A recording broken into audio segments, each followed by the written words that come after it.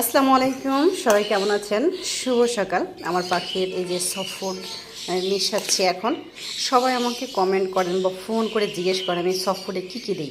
আসলে নির্দিষ্ট একটা জিনিস প্রতিদিন খাওয়াই না, এক এক দিন এক একটা খাবারের মেনুতে থাকে। তো আজকে আমার খাবারের মেনুতে আছে হচ্ছে 5-7 রকমের ডাউল।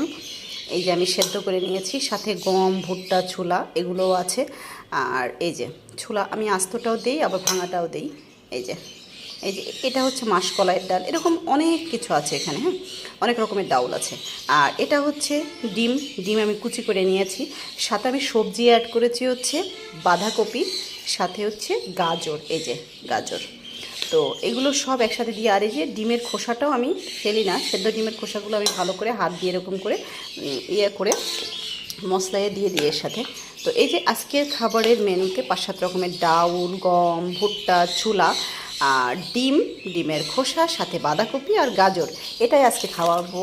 আর এক এক দিন এক একটা থাকে, দেখা যাচ্ছে অন্য দিন হচ্ছে বাঁধাকপি থাকে না, বা গাজর থাকে না, বা অন্য কিছু থাকে, সবজি থাকে, মানে যে শাক থাকে, কলমির শাক থাকে, বা অন্যদিন কাঁচা মানে যে ভুট্টাটা আস্ত ভুট্টাটা সেদ্ধ করে দিই, ছোলাটা আস্ত সেদ্ধ করে দিই, বা কাঁচাটাই দিই।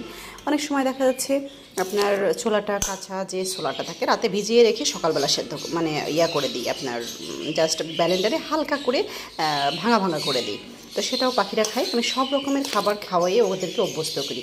আর সাথে শাকসবজি এটা সেটা তো থাকেই। তো আলহামদুলিল্লাহ পাখিকে ভালো ভালো হেলদি হেলদি খাবার খাওয়াবো, আর সাথে সুন্দর সুন্দরভাবে বেবিগুলো পাবো।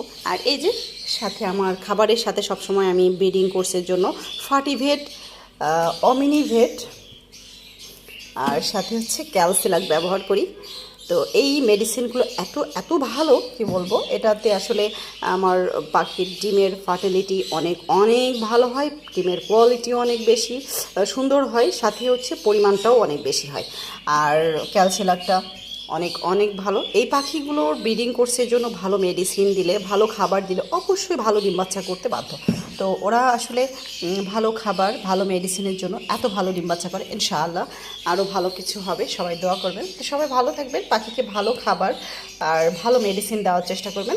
সবাইকে অনেক ধন্যবাদ আমার পুরো ভিডিওটা দেখার জন্য। সবাই ভালো থাকবেন, সুন্দর সুন্দর কমেন্ট করবেন। আল্লাহ হাফেজ।